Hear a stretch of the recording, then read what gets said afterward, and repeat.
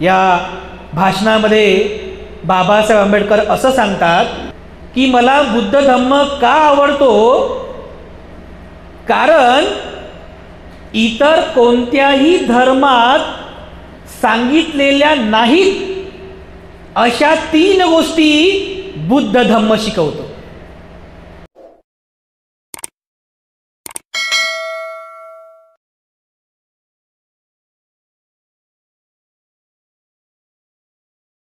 नमो तस्स भगवतो अरहतो सम्मा संबुद्धस्स.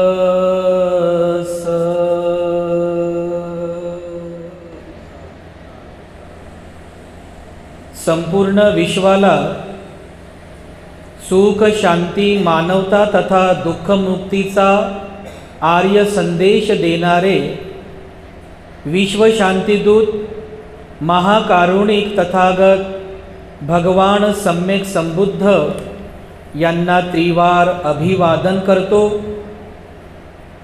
तथागतांनी समग्र मानवजातीच्या दुःखमुक्तीसाठी उपदेशिलेला महान सद्धम्म तथा या सद्धम्माचा अविरतपणे प्रचार आणि प्रसार करणारा तथागतांचा पूजनीय श्रावक संघ अर्थात पूजनीय भिक्खू संघ या भिक्खू संघाला त्रिवार अभिवादन करतो. ज्यांच्या अथांग अमर्याद त्याग प्रभावामुळे या भारतभूमीला बुद्धभूमीचे रूप पुन्हा एकदा प्राप्त झालं, असे बौद्ध धम्माचे पुनरुद्धारक तुम्हा आम्हा सर्वांचे उद्धार करते प्रज्ञा सूर्य बोधिसत्व डॉक्टर बाबासाहेब आंबेडकर यांच्या समग्र धम्मक्रांतीमध्ये जीवनाच्या शेवटच्या रक्तापर्यंत, शेवटच्या श्वासापर्यंत समर्पित राहून आजच्या या मंगलमय प्रसंगी नागपूर नगरीमध्ये या नागभूमीमध्ये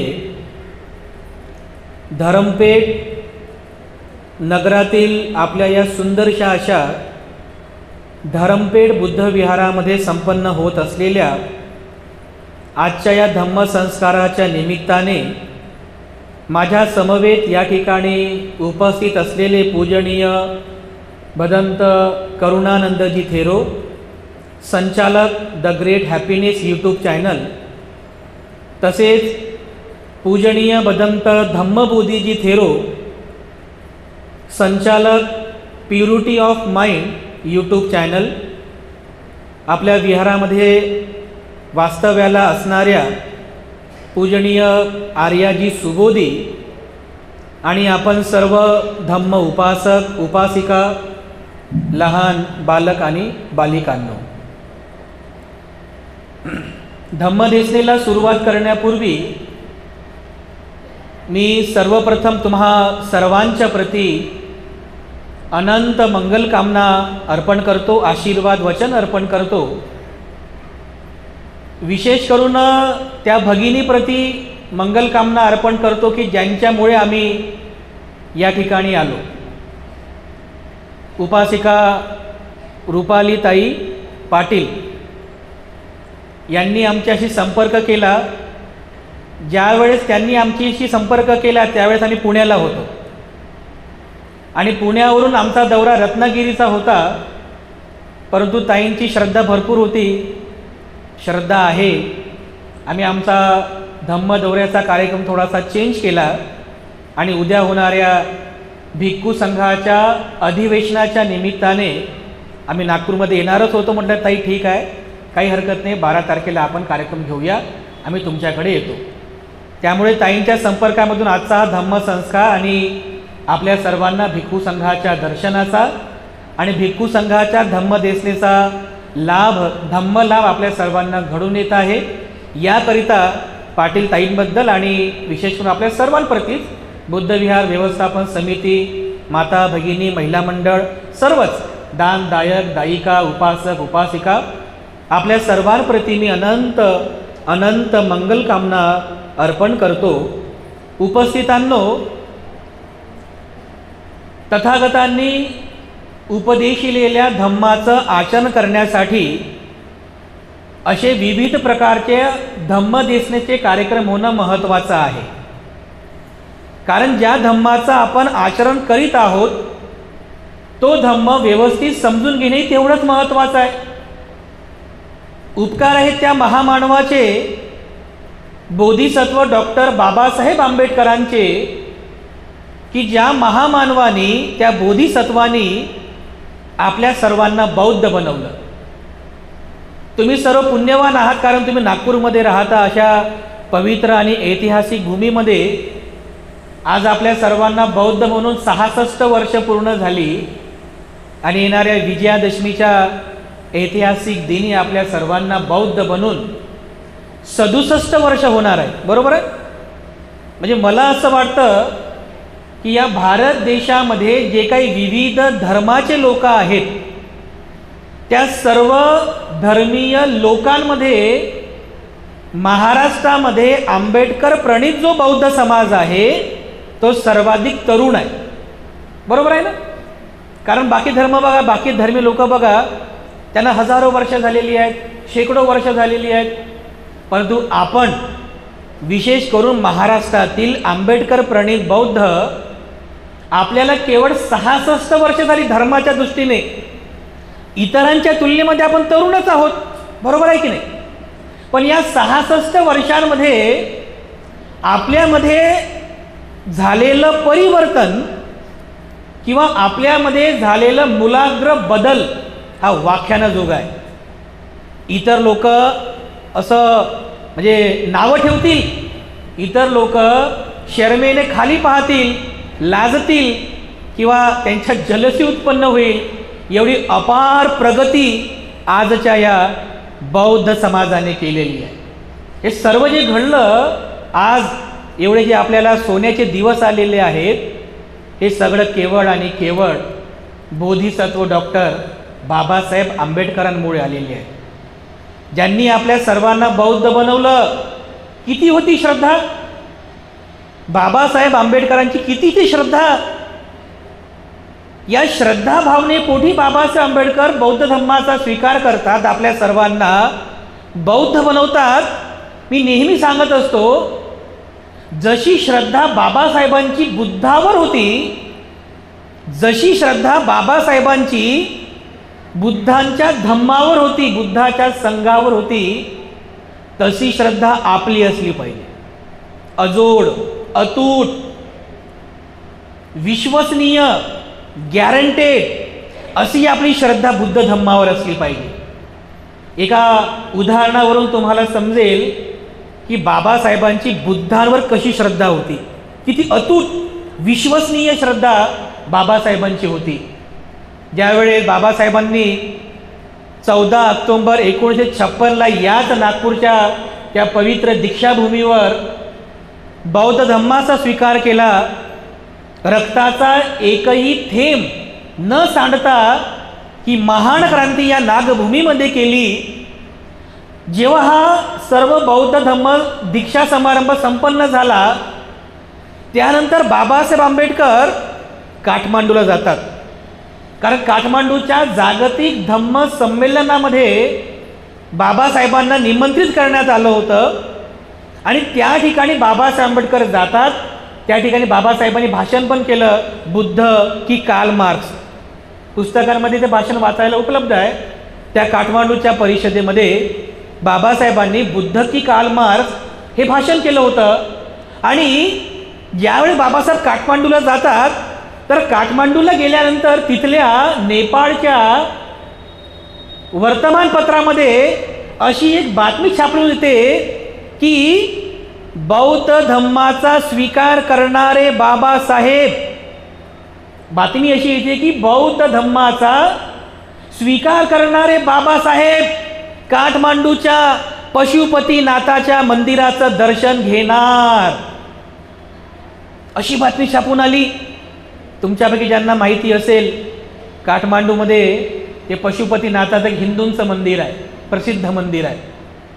जेव्हा वर्तमानपत्रात ही बातमी छापून आली की बौद्ध धम्माचा स्वीकार करणारे बाबासाहेब काठमांडूच्या पशुपतीनाथाच्या मंदिराचं दर्शन घेणार, असं पब्लिश झाल्याबरोबर ते सगळे पत्रकार बाबासाहेबांना भेटायला आले. आणि बाबासाहेबांना भेटल्यावर अगोदर पहिला हाच प्रश्न त्यांनी विचारला की डॉक्टर B.R. आंबेडकर, वर्तमानपत्रातली बातमी अशी आहे, तर खरंच तुम्ही त्या पशुपतीनाथाचं मंदिराचं दर्शन घेणार का? बघा बाबासाहेबाची श्रद्धा बघा कशी होती बुद्ध धम्मावर. तुम्हाला लक्षात येईल, बाबासाहेब आंबेडकर त्या बसलेल्या पत्रकारांना तिथेच खडसावून सांगतात. अगोदर तर रागवतात की कोणी ही खोटी बातमी छापली, आणि मग खडसावून सांगतात की नाही, हे सर्व खोटं आहे, हे सर्व खोटं आहे. मी पशुपतीनाथाच्या मंदिराचं दर्शन घेणार नाही आहे, कारण बाबासाहेब सांगतात नथी मे शरणं अय्यं, बुद्धो मे शरणं वरं, धम्मो मे शरणं वरं, संघो मे शरणं वरं, एतेन सच्चवज्जेन होतु मे जय मंगलं, होतु मे जय मंगलं, होतु मे जय मंगलं. बुद्ध, धम्म आणि संघ या तीन रत्नांखेरीज माझं दुसरं कोणतंही शरणस्थान नाही आहे, कोणतंही माझं शरणस्थान नाही आहे बुद्ध धम्म संघा व्यतिरिक्त, खडसावून सांगतात बाबासाहेब त्या ठिकाणी. बघा बाबासाहेबाची श्रद्धा, एवढा विश्वासानं बाबासाहेब आंबेडकर त्यांना सांगतात की माझं शरणस्थान केवळ आणि केवळ बुद्ध धम्म आणि संघ आहे, याच्या व्यतिरिक्त माझं दुसरं कोणतंही शरणस्थान नाही आहे. किती हो बाबासाहेबांची श्रद्धा बुद्ध धम्मावर. हां, अशी श्रद्धा आपली असली पाहिजे, अतूट, अजोड, विश्वसनीय, गॅरंटेड तुमची श्रद्धा असावी की माझं जे शरणस्थान आहे केवळ आणि केवळ बुद्ध धम्म आणि संघ आहे. या तीन रत्नांना सोडून दुसरं कोणतंच रत्न किंवा दुसरं कोणतंही स्थान माझं शरणस्थान नाही आहे, अशी श्रद्धा आपल्या सर्वांची असायला पाहिजे. ज्यावेळेस आम्ही बाबासाहेबांच्या त्या सर्व जीवन चरित्राचा अभ्यास करतो तर बरेचसे प्रश्न मनामध्ये उपस्थित होतात. ते प्रश्न आपल्याला बऱ्याचशा ठिकाणी वाचायला ऐकायला मिळतात की बाबासाहेब आंबेडकरांनी बुद्ध धम्माचा स्वीकार का केला, बाबासाहेब आंबेडकरांनी बुद्ध धम्माचा स्वीकार का केला, असे प्रश्न आपल्याला नेहमीच वाचायला मिळतात, ऐकायला मिळतात. आणि विविध विचारवंत विद्वान लोक त्यांच्या त्यांच्या पद्धतीने सांगतात की बाबासाहेबांनी बुद्ध धम्माचा स्वीकार का केला. परंतु मी याच्याही पुढे जाऊन याच प्रश्नाला अशा पद्धतीने म्हणतो की बाबासाहेब आंबेडकरांनी बुद्ध धम्माचाच स्वीकार का केला, याचं उत्तर शोधलं पाहिजे. कारण धर्म तर अनेक आहेत आणि अनेकांच्या ऑफर सुद्धा बाबासाहेबांना आल्या होत्या. आमचा धर्म स्वीकार केला तर आम्ही असं करू तसं करू, कितीतरी ऑफर्स बाबासाहेबांना होते. पण तरीसुद्धा बाबासाहेब आंबेडकरांनी बुद्ध धम्माचाच स्वीकार का केला, जो बुद्ध धम्म लोकांसाठी नवखा होता. म्हणजे जरी बुद्ध धम्माचा जन्म, बुद्ध धम्माची स्थापना या भारतात झाली असेल, पण जे 1199 जो बुद्ध धम्म नालंदाच्या विध्वंसासोबत नष्ट झाला, पुढील 700 वर्षांपर्यंत बुद्ध धम्म या भारतातून नष्ट झाला, लोप पावला. व बुद्ध म्हणजे काय हे लोकांना माहीत नव्हतं. किती वर्ष? 700 वर्ष. त्या बघा 1199 बख्तियार खिलजीने नालंदाला विध्वंस केला, जाळलं. ते 12वं शतक संपलं, 13वं शतक, 14वं शतक, 15वं शतक, 16वं शतक, 17वं शतक, 18वं शतक आणि 19वं शतक पण संपलं. किती वर्ष झाले? 700 वर्ष. जेव्हा 19वं शतक संपलं, 20वं शतक सुरू झालं. या 20व्या शतकामध्ये 1956ला बाबासाहेबांनी बुद्ध धम्माचं पुन्हा पुनर्जीवन केलं. 700 वर्ष लोप पावलेला हा बुद्ध धम्म लोकांसाठी नवीनच होता, लोकांसाठी नवखा होता. मग अशा बुद्ध धम्माचं पुनर्जीवन बाबासाहेबांनी केलं, तर या ठिकाणी एक प्रश्न नेहमी आपल्या मनात उत्पन्न होईल की बाबासाहेब आंबेडकरांनी केवळ बुद्ध धम्माचाच स्वीकार का केला? याचं उत्तर आपण शोधलं पाहिजे की बुद्ध धम्माचा स्वीकार बाबासाहेबांनी का केला? तर सहज मी बाबासाहेबांचे रायटिंग अँड स्पीचेस ग्रंथ वाचत होतो, तर एका रायटिंग अँड स्पीचेस एका ग्रंथामध्ये बाबासाहेबांचं एक भाषण मी वाचलं, जे भाषण आपल्या सर्वांसाठी फार प्रेरणादायी आहे. मला वाटते ते भाषण 12 मे 1956 आहे, म्हणजे बुद्ध धम्माचा स्वीकार करण्याच्या 2-4 महिन्यापूर्वीची गोष्ट. आणि ब्रिटिश ब्रॉडकास्टिंग या रेडिओ चॅनलवरून बाबासाहेब आंबेडकरांनी ते भाषण केलं होतं. कारण त्यावेळी बाबासाहेबांना पत्रकारांनी प्रश्न विचारले होते, 2 प्रश्न विचारले होते बाबासाहेबांना, की तुम्हाला बुद्ध धम्म का आवडतो? हा पहिला प्रश्न होता, तुम्हाला बुद्ध धम्म का आवडतो? आणि दुसरा प्रश्न होता की वर्तमान काळामध्ये या मानव जातीला बुद्ध धम्म किती लाभदायी आहे, किती उपयोगाचा आहे, असे 2 प्रश्न बाबासाहेबांना विचारण्यात आले होते. आणि या दोन्हीही प्रश्नांच्या उत्तरादाखल बाबासाहेब आंबेडकर 12 मे 1956 ब्रिटिश ब्रॉडकास्टिंग म्हणजे BBC चॅनलवरून एक प्रेरणादायी भाषण करतात. या प्रश्नांचं उत्तर देतात बाबासाहेब की मला बुद्ध धम्म का आवडतो, बुद्ध धम्म बाबासाहेबांना का आवडतो. हे भाषण खूप महत्त्वपूर्ण आहे. या भाषणामध्ये बाबासाहेब आंबेडकर असं सांगतात की मला बुद्ध धम्म का आवडतो, कारण इतर कोणत्याही धर्मात सांगितलेल्या नाहीत अशा 3 गोष्टी बुद्ध धम्म शिकवतो. पुन्हा लक्षात घ्या, बाबासाहेबांचं वचन आहे, इतर कोणत्याही धर्मात सांगितलेल्या नाहीत अशा 3 गोष्टी बुद्ध धम्म शिकवतो. कोणत्या त्या 3 गोष्टी आहेत? बुद्ध धम्म प्रज्ञा शिकवितो, ही पहिली गोष्ट. म्हणजे अंधश्रद्धा, अंधभक्ती याला दूर करून बुद्ध धम्म प्रज्ञा शिकवितो. त्यानंतर बुद्ध धम्म करुणा शिकवितो. आणि तिसरी गोष्ट, बुद्ध धम्म समता शिकवितो, समता.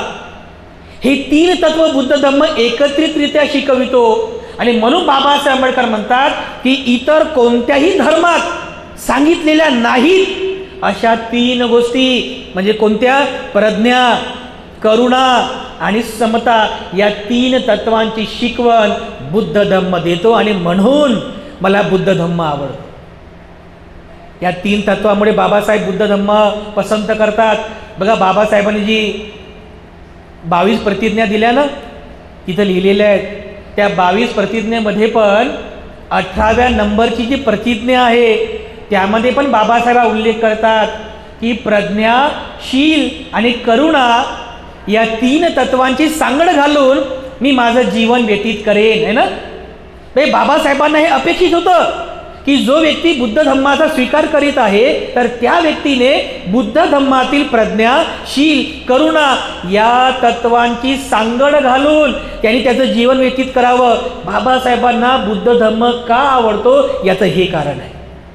आपण हे तत्व व्यवस्थित समजून घेतले पाहिजे की बाबासाहेबांनी या तत्वांचं विवेचन केलं का केलं असेल, आपल्या लोकांसाठी या तत्वांचं स्पष्टीकरण बाबासाहेबांनी का केलं, आणि या तत्वांची आज वर्तमान काळामध्ये आपल्या सर्वांनी किती गरज आहे हे थोडं समजून घेणं महत्त्वाचं आहे. बघा, आपण आपल्या परिवारामध्ये मुलींची नावं ठेवतो ना, प्रज्ञा आहे की नाही. तुमच्यामध्ये एखादी प्रज्ञा असेलच, पक्क असेलच, कोणीतरी असतेच. प्रज्ञा नाव मुलींचे आपण ठेवतो कारण बुद्ध धम्मातलं, संस्कृतीतलं नाव आहे. पण प्रज्ञा म्हणजे काय याचा नीटसा अर्थ समजलेला नाही आहे. प्रज्ञा म्हणजे काय याचा अर्थ समजून घेतला पाहिजे. तर केवळ समजण्यासाठी साध्या सोप्या भाषेमध्ये तुम्हाला प्रज्ञा या शब्दाचा अर्थ सांगतो. प्रज्ञा म्हणजे शहाणपणा. प्रज्ञा म्हणजे शहाणपणा. आणि शहाणपणा कशाचा? लई शहाणा झाला का रे तू, हा तो शहाणपणा नाही. बरं म्हणतो ना आपण, जास्त शहाणा झाला का तू, तो शहाणपणा नाही. शहाणपणा याचा की काय केल्याने माझं भलं होईल आणि काय केल्याने माझी अधोगती होईल ही समजून घेण्याची सुबुद्धी आहे, ती म्हणजे प्रज्ञा. कोणता मार्ग माझा कल्याणाचा आहे आणि कोणता मार्ग माझ्या अधोगतीचा आहे हे समजून घेण्याचा कॉमन सेन्स म्हणजे प्रज्ञा. कोणती श्रद्धा, कोणती अंधश्रद्धा, कोणती भक्ती, अंधभक्ती, कोणती दृष्टी, कोणती मिथ्या दृष्टी, कोणती रूढी परंपरा, कोणतं काय आहे हे समजून घेण्याचं एक सामान्य बुद्धी म्हणजे तुमची प्रज्ञा होय. साधा सोपा अर्थ आहे. प्रज्ञा म्हणजे काय तर शहाणपणा होय. शहाणपणा जीवनामध्ये चांगलं काय आणि वाईट काही समजून घेण्याचा शहाणपणा तुमच्यामध्ये असला पाहिजे. जरा शहाणपणा नसेल ना तर चुकीच्या मार्गाला पण लोक चांगला मार्ग समजतात आणि त्याचा स्वीकार करतात. आणि आतापर्यंत हजारो वर्षांपर्यंत हेच झालेलं आहे. जे चुकीचं होतं त्यालाच धर्म समजलं, जे अकुशल होतं त्यालाच धर्म समजला. तेच चांगलं आहे, तेच चांगलं आहे असं म्हणून म्हणून हजारो पिढ्या या विचारसरणीमध्येच निघून गेल्या. कारण त्यांच्याकडे तेव्हा प्रज्ञा नव्हती. ही प्रज्ञा बाबासाहेबांना आपल्यामध्ये विकसित करायची होती. प्रज्ञा काही काही ठिकाणी प्रज्ञा याचा अर्थ सांगितला जातो ज्ञान. प्रज्ञा या शब्दाचा अर्थ सांगितला जातो ज्ञान. परंतु बांधवांनो, प्रज्ञा याचा प्रॉपर अर्थ ज्ञान होत नाही.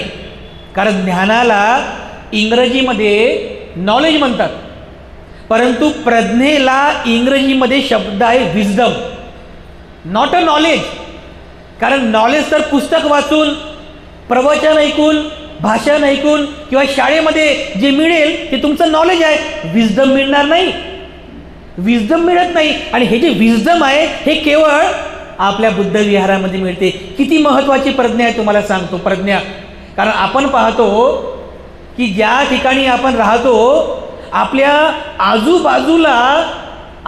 आजूबाजूला एवढे प्रज्ञाहीन लोक आहेत की ज्यांची प्रज्ञा नष्ट झालेली आहे.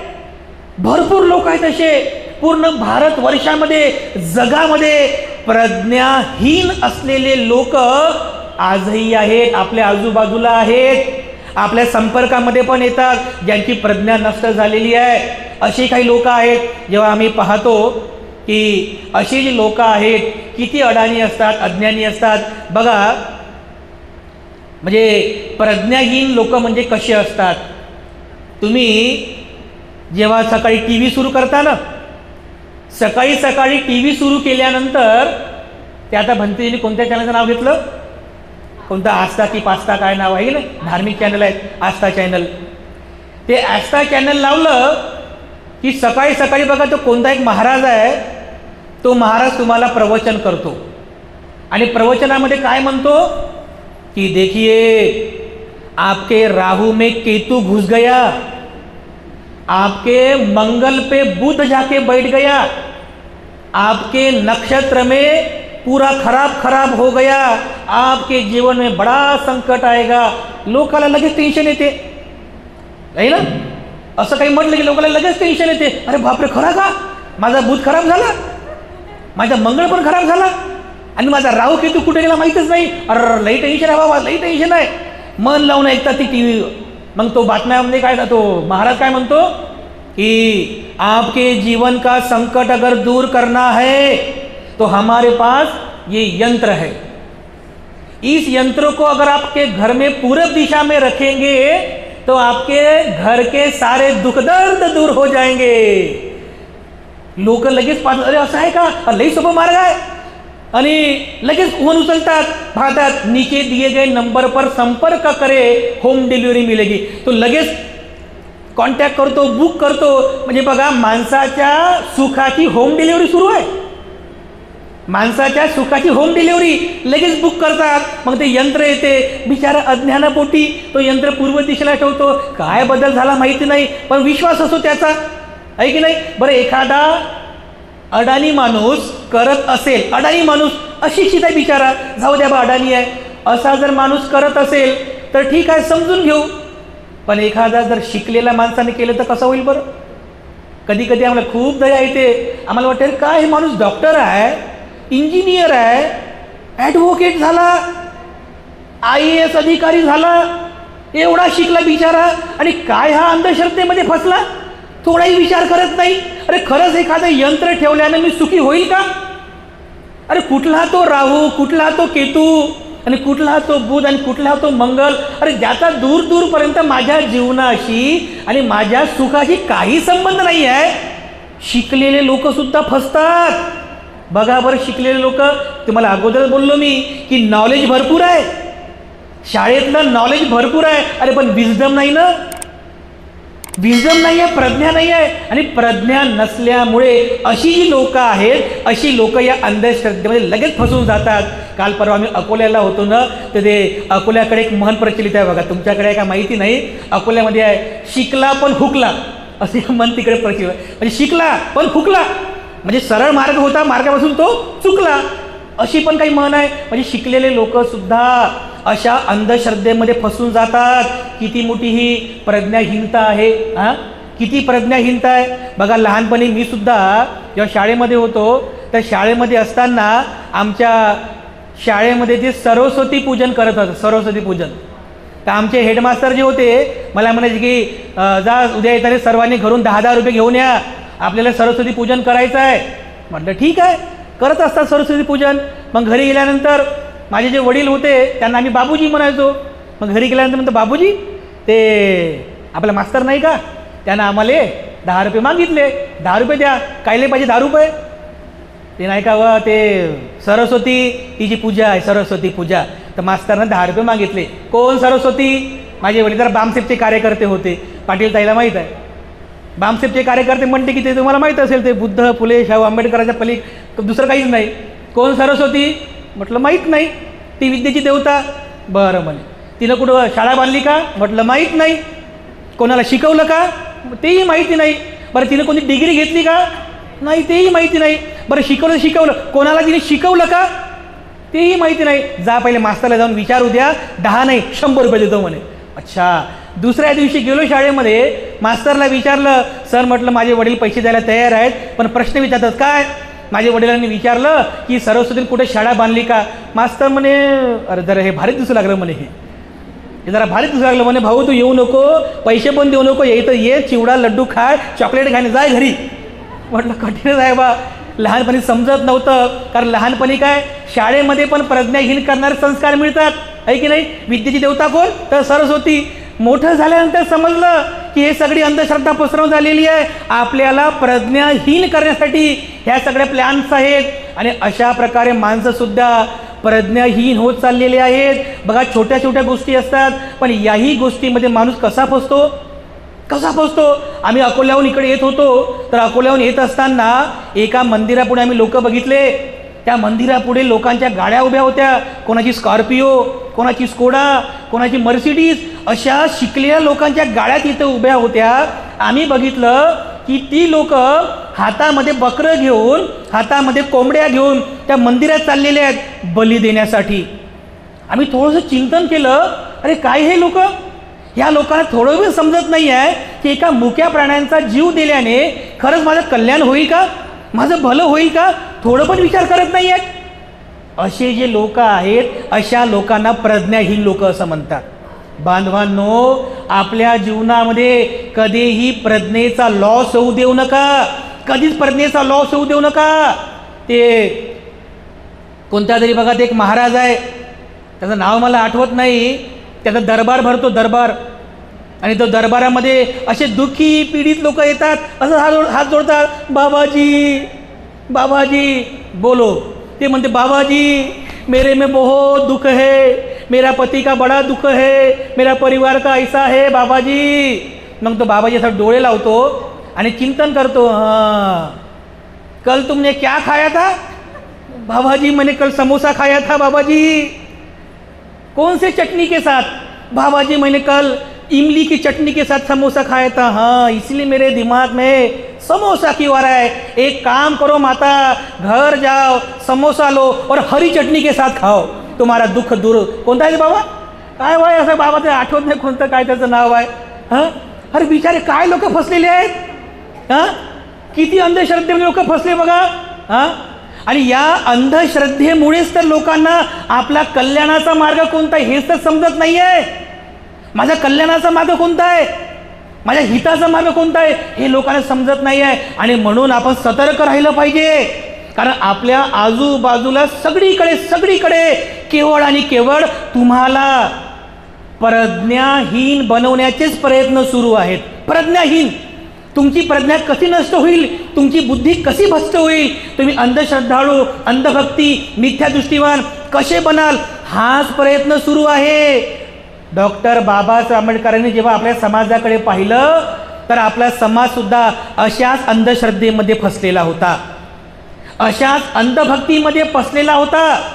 आणि म्हणून अशा समाजाला समजावं की माझा कल्याणाचं काय, माझ्या हिताचं काय आहे, श्रद्धेचं काय आहे, अंधश्रद्धेचं काय आहे हे आपल्या लोकांना कळावं. याकरिता लोकांमध्ये प्रज्ञा विकसित व्हावी. म्हणून बाबासाहेब आंबेडकर म्हणतात की आपल्या जीवनामध्ये तुमचं लाखो रुपयांचं नुकसान झालं तरी चालेल, लाखो रुपयांचं नुकसान झालं तरी चालेल, परंतु प्रज्ञेचा लॉस होऊ नये. आपल्या जीवनामध्ये प्रज्ञेचा लॉस होऊ देऊ नका, कारण प्रज्ञेचा लॉस होणे म्हणजे या लाखो करोडो नुकसानापेक्षा पण मोठा तुमचं नुकसान आहे, मोठा लॉस आहे. म्हणून बांधवांनो, आपल्या जीवनामध्ये नेहमी प्रज्ञेचा विकास करा, हा शहाणपणा तुमच्यामध्ये विकसित करा. बाबासाहेबाला हेच अपेक्षित होतं की जो समाज हजारो वर्षांपासून अंध चाली, रीती, रूढी, परंपरा, अंधश्रद्धा, अंधभक्ती, मिथ्यादृष्टी, ब्लाइंड फेथ याच्यामध्ये फसलेला होता, अशा समाजाला जर वर काढायचं असेल तर त्याच्यामध्ये ती प्रज्ञा विकसित झाली पाहिजे. प्रज्ञा. बाबासाहेबांचं एक वचन तुम्हाला पाठही आहे, पुन्हा सांगतो बघा. बाबासाहेबांचं एक वचन काय आहे की गुलामाला गुलामीची जाणीव करून द्या, गुलामाला गुलामीची जाणीव करून द्या तर तो बंड करून उठेल. बाबासाहेब आंबेडकरांनी हे जे म्हटलेलं आहे ना, कारण बाबासाहेबांना हेच अपेक्षित होतं की जो व्यक्ती मानसिक गुलाम झालेला आहे, मानसिक गुलामच बनावं लागेल ना. हां, कारण बुद्धिभ्रष्ट झालेली आहे, लोकांचे शब्द फसलेले आहेत, ही मानसिक गुलामी आहे. या मानसिक गुलामीतून जर वर यायचं असेल तर तुमच्यात प्रज्ञा विकसित झाली पाहिजे. आणि एकदा का तुमच्यात प्रज्ञा विकसित झाली, तुम्हाला बरोबर जाणीव होते, अरे हे काय करून बसलो मी, कशामध्ये फसलो मी, तर मानसिक गुलाम झालो होतो. बघा तुम्ही बंड करून उठता की नाही. असे अनेक लोक आहेत बघा. जसं आता भंतेजींनी सांगितलं, तिकडे अलीकडे जसं आता भंतेजींनी सांगितलं की बरेचसे लोक यूट्यूबवरती प्रवचन ऐकत त्यांचं म्हणतात की आमचं कल्याण झालं भंतेजी, आमचं कल्याण झालं. का? कारण त्यांना ती गोष्ट समजली, त्यांच्यात ती प्रज्ञा विकसित झाली, त्यांना ही गोष्ट प्रज्ञेपूर्वक समजली की माझा कल्याणाचा मार्ग केवळ बुद्ध धम्मच आहे, केवळ बुद्धच माझा कल्याण करता आहे, माझा सुख करता आणि माझा दुःख हरता अरे दुसरा तिसरा कोणीही नसून केवळ बुद्ध माझा सुख करता आहे, माझा दुःख हरता आहे. मीच माझा सुख करता, मीच माझा दुःख हरता, हे बुद्धाने सांगितलं. तुम्ही तुमचे प्रकाशमान व्हा, अत्त दीप भव, ही प्रज्ञा आहे. आणि म्हणून आपल्यामध्ये ही प्रज्ञा विकसित झाली पाहिजे. जेव्हा बाबासाहेब आंबेडकर असं म्हणतात की बुद्ध धम्म प्रज्ञा शिकवितो, तर बाबासाहेबांना हे अपेक्षित आहे तुमच्याकडून, सर्वांकडून. बाकीच्यांचं मी सांगत नाही, कारण अंधश्रद्धेचा स्तोम माजलेला आहे. पण केवळ मी तुमच्याकडून ही अपेक्षा ठेवू शकतो आणि तुमच्याकडून ही अपेक्षा आहे की आपण अंधश्रद्धाळू बनू नका, मिथ्यादृष्टीवाले बनू नका, प्रज्ञावान बना, तुमच्यात प्रज्ञा विकसित करा, तुम्ही प्रज्ञावान बना. हे तुमच्याकडून बाबासाहेबाला अपेक्षित आहे. ही प्रज्ञा तुमच्यात विकसित झाली पाहिजे. आणि म्हणून बाबासाहेब म्हणतात की मला बुद्ध धम्म का आवडतो, कारण बुद्ध धम्म प्रज्ञेची शिकवण देतो, प्रज्ञेची शिकवण. त्यानंतर बाबासाहेब पुन्हा सांगतात, दुसरं तत्व बाबासाहेबांना कोणतं आवडलं होतं की बुद्ध धम्म करुणा शिकवितो. बुद्ध धम्म पहिली गोष्ट तर प्रज्ञा शिकवितो, तसंच बुद्ध धम्म करुणा शिकवितो. करुणा बघा, करुणा पण किती महत्त्वाची आपल्या जीवनामध्ये. जसं प्रज्ञेचं महत्त्व आहे ना, तुम्ही चिंतन करा की या पृथ्वीवर जेवढे काही धर्म आहेत, पंथ आहेत, संप्रदाय आहेत, जेवढे काही मार्ग आहेत, कोणत्याच धर्मात, कोणत्याच पंथामध्ये, संप्रदायामध्ये तुम्हाला प्रज्ञा शिकवली जात नाही आहे, तुम्हाला करुणा शिकवली जात नाही आहे. केवळ बुद्ध धम्म करुणा शिकवतो. आपल्या परिवारामध्ये मुलींची नावं असतात करुणा, आहे की नाही? करुणा जसं प्रज्ञा नाव असतं तसं करुणा पण नाव असतं ना. करुणा म्हणजे काय हे सुद्धा समजून घ्या. आणि करुणा आपल्या जीवनात किती महत्त्वाची आहे हे सुद्धा तुम्ही समजून घ्या. करुणा याचा अर्थ होतो कंपॅशन, किंवा दुसऱ्या शब्दात सांगायचं म्हणजे ज्या वेळेस तुम्ही एखाद्या दुःखी माणसाला पाहता, एखाद्या शोकित किंवा रोगी माणसाला पाहता, तर त्या माणसाचं दुःख बघून, त्या माणसाचा शोक बघून, त्या माणसाचा ते रोग बघून तुमचं मन कंपित झालं पाहिजे. तुमच्या मनामध्ये व्हायब्रेशन झाले पाहिजे. तुमच्या मनात ही भावना उत्पन्न झाली पाहिजे. अरे अरे अरे, हा माणूस किती दुःखी आहे बिचारा, याचं दुःख नष्ट झालं पाहिजे. अरे अरे, हा माणूस किती रोगी आहे, अरे बिचाऱ्याचा हा रोग नष्ट झाला पाहिजे. ही जी भावना आहे ना, या भावनेला म्हणतात करुणा. या भावनेला करुणा म्हणतात. बाबासाहेबाला ही पण अपेक्षा होती की तुमच्यामध्ये करुणा उत्पन्न झाली पाहिजे. एकमेकांप्रती तुमच्यात करुणा असली पाहिजे. बघा, आता बाबासाहेबांचं आपण उदाहरण घेत आहोत. बाबासाहेब किती करुणाकर होते बाबासाहेब. हां, म्हणजे बाबासाहेबांनी बघा आपलं संपूर्ण जीवन समर्पित केलं आपल्यासाठी. चंदनाचं झाड पण काय झिजेल त्यापेक्षाही जास्त बाबासाहेब झिजले.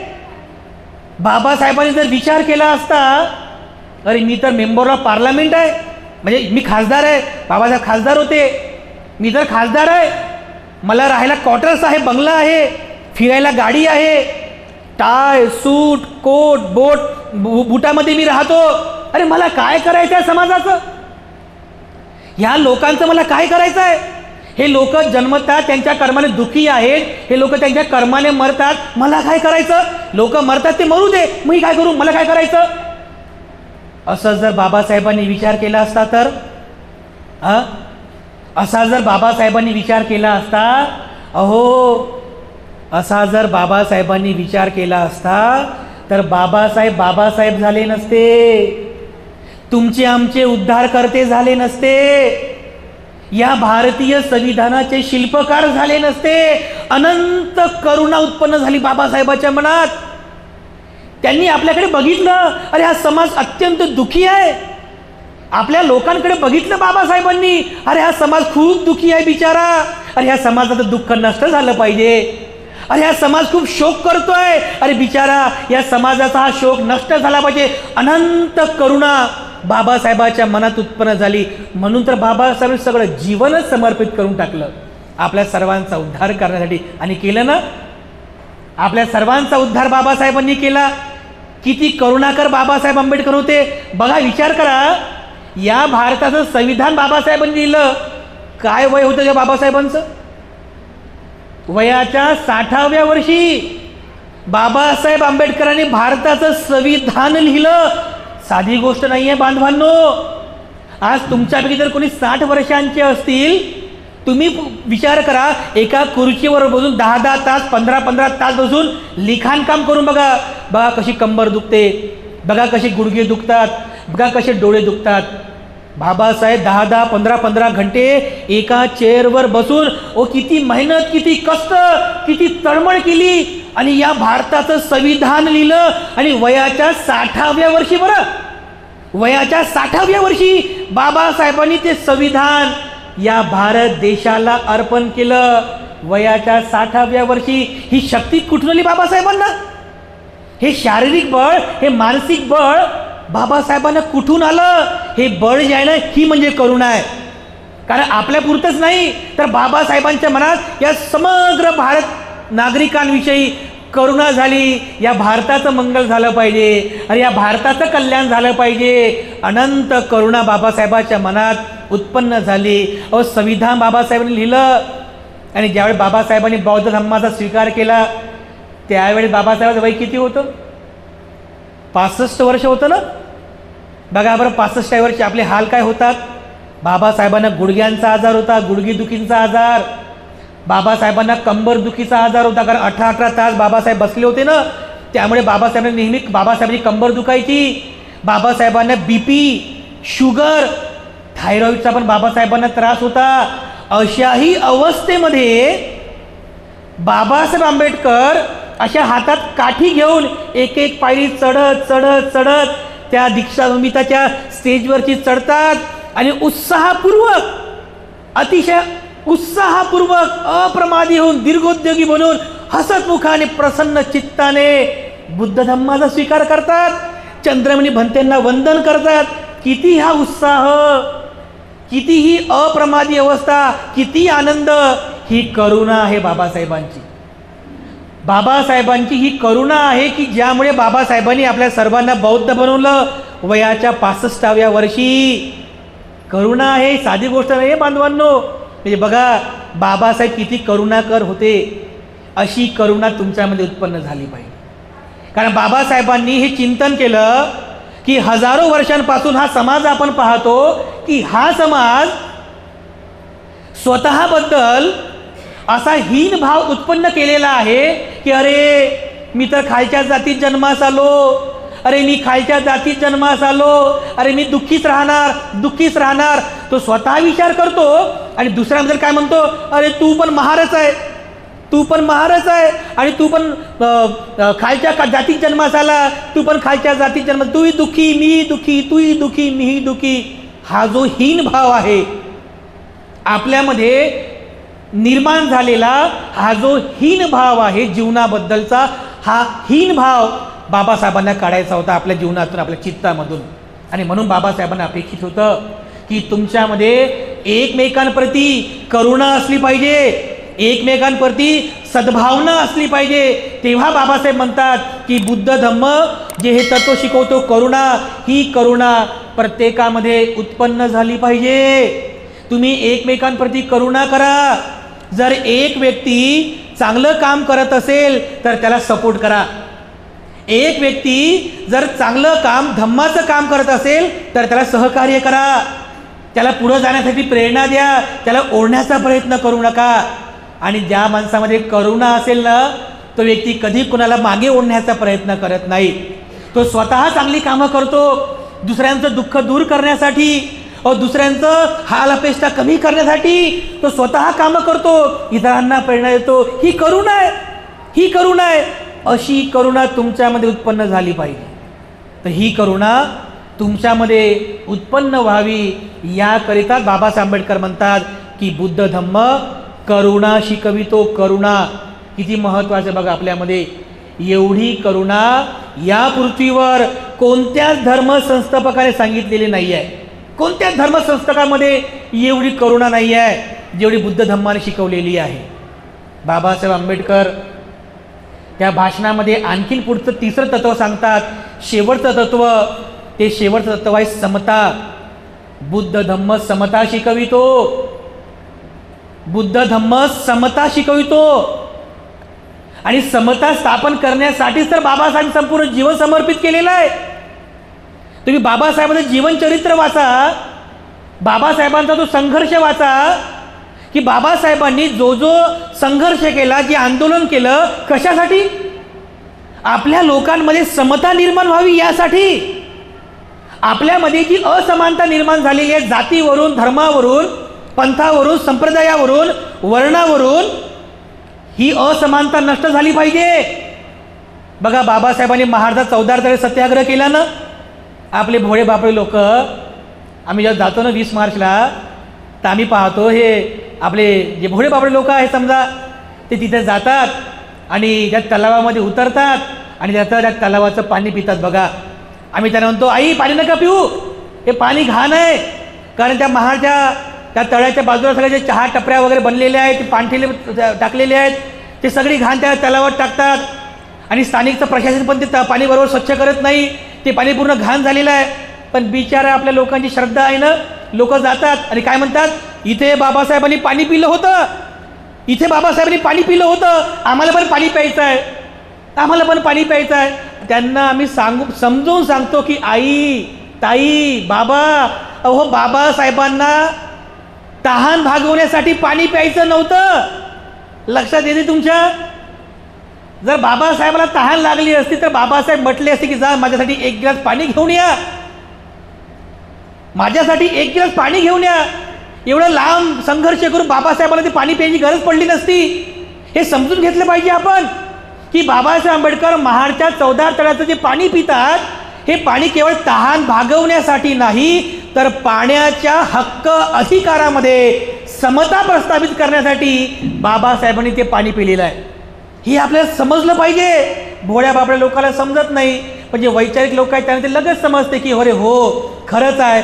बाबासाहेबांच्या जीवनाचा एकमेव उद्देश होता की आपल्यामध्ये समता प्रस्थापित करायची होती बाबासाहेबांना, आणि म्हणून ही समता प्रतिनिधिक स्वरूपामध्ये स्थापन करण्यासाठी त्यांनी पाण्याला स्पर्श केला. जे पाणी एकाने प्यायचं आणि एकाने पिण्यासाठी मज्जाव करायचा, ही असमानता दूर करण्यासाठी आणि समता स्थापित करण्यासाठी बाबासाहेबांनी ते पाणी पिलेलं आहे. काळाराम मंदिर सत्याग्रह केला की नाही? आमचे भोळे बाबडे लोक नाशिकला जातात, मला वाटते का 31 मार्च काही कोणती डेट आहे ना काळाराम मंदिर सत्याग्रहाची, तर आपले लोक जातात आणि काय म्हणतात, हां हे काळाराम आहे, हा गोराराम आणि हा काळाराम, त्या काळारामात सत्याग्रह केला होता बाबासाहेबांनी, तर चला आतमध्ये जातात, पाहतात, हात जोडत येतात. भोळे बाबडे लोकांचं काम आहे हे. त्यांना समजून सांगावं लागतं की बाबा, ताई, आई, ओ त्या काळारामाचं दर्शन घेण्यासाठी बाबासाहेबांनी सत्याग्रह नव्हता केला आई. अरे बाबा, काळारामाची पूजा करण्यासाठी बाबासाहेबांनी तो मंदिर प्रवेश सत्याग्रह केला नव्हता.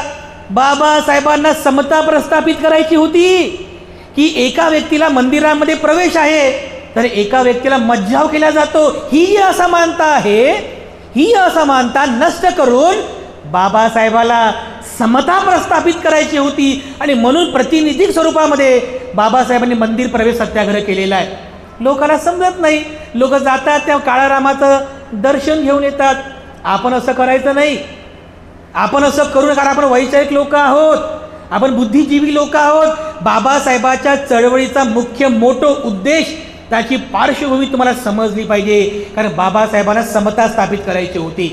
आणि म्हणून बाबासाहेब आंबेडकरांनी जेव्हा हे पाहिलं की एवढे सारे प्रयत्न केले, एवढे सर्व प्रयत्न केले, पण ज्या मार्गाला सुधरवण्यासाठी, ज्या मार्गामध्ये आम्ही आहोत त्या मार्गात समता स्थापित करण्यासाठी आम्ही प्रयत्न केले, पण काही केलं तरी या मार्गात काही समता मिळू शकत नाही. म्हणून तो मार्गच आम्हाला नको, की तुमचा मार्ग आम्हाला नको, त्या मार्गाचा त्याग केला. त्या जुन्या रूढी परंपराचा सगळ्यांचा त्याग केला, आणि ज्याने या पृथ्वीवर समता प्रस्थापित केली अशा महामानवाचा, त्या तथागत सम्यक संबुद्धांचा बुद्ध धम्म बाबासाहेबांनी स्वीकार केला, धम्म दीक्षा घेतली आणि आपल्या सर्वांना बौद्ध बनवलं. कशासाठी?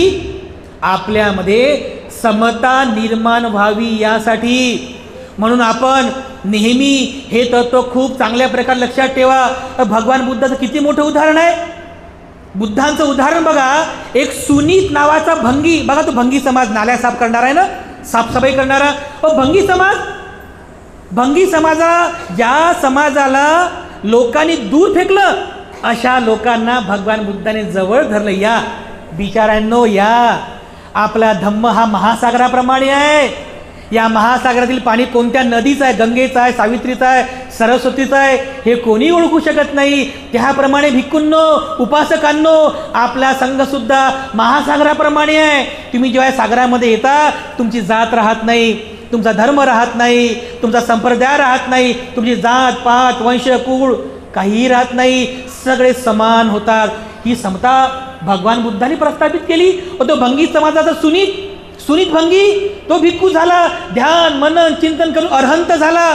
त्यानंतर तो सोपाक, अस्पृश्य समाजाचा सोपाक बघा, तो नावी समाजाचा काय त्याचं नाव, उपाली, नावी केस कापणारा समाज बघा, नावी समाजाचा उपाली, त्याला जवळ केलं आणि त्या खालच्या जातीच्या उपालीला दीक्षा देऊन तो पण ध्यान मनन चिंतन करून अरे तो पण विनयामध्ये अग्र होतो. आणि आपल्याकडे जे विनय पिटक आहे ना, विनय पिटक, या विनय पिटकाचं संगायन भंते उपाली यांनी केलेलं आहे. बुद्धाने ही समता प्रस्थापित केली. केवळ माणसामध्येच नाही, स्त्रियांमध्येच नाही, तर माणूस आणि स्त्री यांच्यामध्ये पण बुद्धाने समता प्रस्थापित केलेली आहे. आणि म्हणून समतेचे पुरस्कर्ते या पृथ्वीवर केवळ डॉक्टर बाबासाहेब आंबेडकरांनी आपल्या सर्वांना दिलेला बुद्ध धम्म आहे. भगवान बुद्ध हे समतेचे पुरस्कर्ते होते. म्हणून डॉक्टर बाबासाहेब आंबेडकरांच्या दृष्टिकोनातून जेव्हा आपण बुद्ध धम्माचा अभ्यास करतो तेव्हा हा जो मुद्दा बाबासाहेबांनी सांगितलेला आहे, या मुद्द्याचंही आपण खूप प्रामुख्याने चिंतन केलं पाहिजे. बुद्ध धम्म बाबासाहेबांना यासाठी आवडतो कारण बुद्ध धम्म प्रज्ञा शिकवितो. तुम्ही सगळे प्रज्ञावान बना. बुद्ध धम्म करुणा शिकवितो. तुम्ही सर्व करुणावान बना. बुद्ध धम्म समता शिकवितो. तुम्ही समता प्रस्थापित करण्यासाठी प्रयत्न करा. बघा 22 प्रतिज्ञेमध्ये सांगितलेलं आहे, मी समता प्रस्थापित करण्याचा प्रयत्न करेल. तर आपल्यामध्ये पण जर काही असमानता असेल ना, तर ती असमानता जातीवरून किंवा पोट जातीवरून पण नसली पाहिजे. पोट जाती पण आधी लोक मानतात खेड्यापाड्याने. तुम्ही शहरामध्ये आहे की नाही माहिती नाही, पण आम्ही खेड्यापाड्याने जातो त्या मराठवाडा भागामध्ये. तर आम्ही गेल्यानंतर किंवा इकडे पण बऱ्याच ठिकाणी बघा विदर्भामध्ये खेड्यापाड्यामध्ये जातो आम्ही, तर आणखीनही लोक सोयरी करताना पोट जाती विचारतात. हां कोणतं मामकुळ, कोणतं मामकुळ विचारता तुम्ही? मामकुळ. मग ते मापकुळ सांगतात की हे बावणे. अच्छा ना बावणे का? मग नाही जमत. मग अच्छा सोमस आहेत का? अच्छा लाडून आहेत का? आंधोन आहेत? अरे कोणत्या पोट जाती घेत बसलो आपण? ज्याची आपण होळी करून टाकली 1956ला, आजही त्या पोट जातीला आपण मानतो. मग बाबासाहेबांनी मला समता प्रस्थापित करण्यासाठी मी प्रयत्न करेल ही जी प्रतिज्ञा दिली, ह्या प्रतिज्ञेचं उल्लंघन होत नाही आहे का? या प्रतिज्ञेचं उल्लंघन होत नाही आहे का? म्हणून आपल्याला हे समजलं पाहिजे की आपल्यामध्ये आजही 66 वर्षाच्या नंतर जरी आपण बौद्ध झालो तरी पण आपल्यामध्ये जर आणखी जर अशी जातीगत विचारसरणी असेल, पोळ जातीगत विचारसरणी असेल, तर त्या जातीगत विचारसरणीला तिलांजली द्या. कोणत्याच तत्वावरून आमच्यामध्ये असमानता नसली पाहिजे, आमच्यामध्ये भेदभाव नसला पाहिजे. केवळ आणि केवळ आपण सर्व बौद्ध आहोत, धम्मगामी आहोत, धम्ममार्गी आहोत आणि या तत्वाने आपण सगळे समान आहोत. या तत्वाने आपण आपलं जीवन व्यतीत करावं आणि समता प्रस्थापित करण्यासाठी सर्वांनी प्रयत्न करावा. तेव्हा आपण या सर्व गोष्टींचं पुनश्च एकदा चिंतन करावं, नेहमी चिंतन करावं.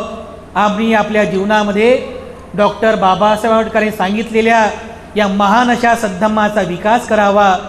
यामध्ये सर्वांचं मंगल आहे, सर्वांचं कल्याण आहे. मी पुनश्च एकदा आपल्या संपूर्ण धर्मपेठच ना, धर्मपेठ आम्हाला नावच आठवत नव्हतं. आम्ही धर्मपेठ म्हटलं, धर्मपेठ. लोक म्हणलं बघा धर्मपेठ तिथं नागपूरमध्ये नाही आहे बा, धर्मपेठनं काम होत असेल तर बघा. म्हणजे ठीक आहे बा धर्मपेठच सांगा.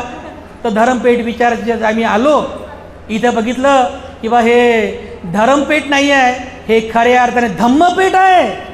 कारण इथल्या लोकांना, उपासकांना बघितलं, उपासिकांना बघितलं, भर उन्हामध्ये बघा तुम्ही सर्व भिक्खू संघाची वाट पाहत होते.